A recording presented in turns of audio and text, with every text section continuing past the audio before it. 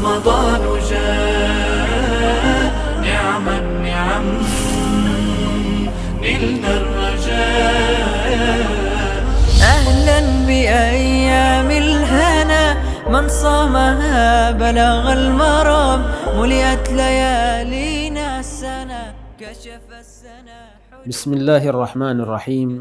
الحمد لله والصلاة والسلام على رسول الله وعلى آله وصحبه ومن والاه. أما بعد، فإن فضل الوقف وفضل الواقف في سبيل الله فضل عظيم دلت عليه آيات الكتاب الكريم وسنة النبي الأمين عليه أفضل الصلاة وأتم التسليم، كما أن إجماع الأمة دل على ذلك، وفعل الصحابة والتابعين إلى يومنا هذا دال على هذا الخير العظيم الذي سارع فيه المسارعون للخيرات والمتسابقون إلى فضل الله سبحانه وتعالى. فالله سبحانه وتعالى يقول في كتابه الكريم: لن تنالوا البر حتى تنفقوا مما تحبون.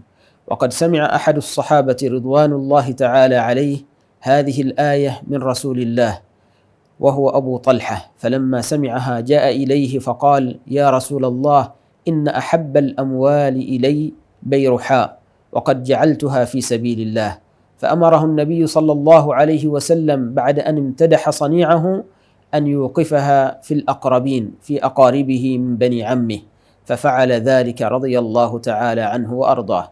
ونبينا صلى الله عليه وسلم يدللنا على هذا الخير العظيم فيقول: إذا مات ابن آدم انقطع عمله إلا من ثلاث: صدقة جارية أو علم ينتفع به أو ولد صالح يدعو له.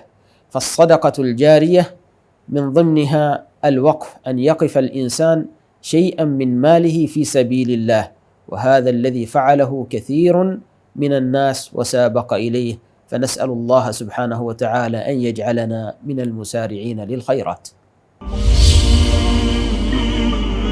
هذا ابتهاج المسلمين فرحا بما حملت يدها، يدعون رب العالمين أن يغنموا مما حبا.